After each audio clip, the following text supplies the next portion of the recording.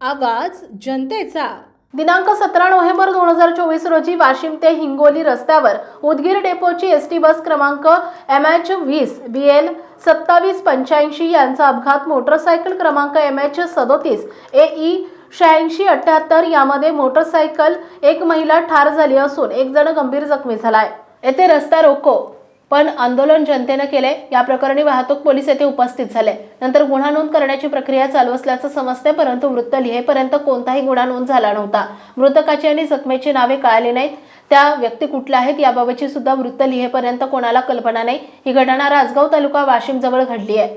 वाशिम जिल्हा प्रतिनिधी नारायणराव आरू पाटील। आपल्या परिसरातील बातम्या आणि ताज्या घडामोडी पाहण्यासाठी आजच आमच्या ABK न्यूज 24 चॅनलला सबस्क्राईब करा आणि बेल आयकॉनवर क्लिक करा।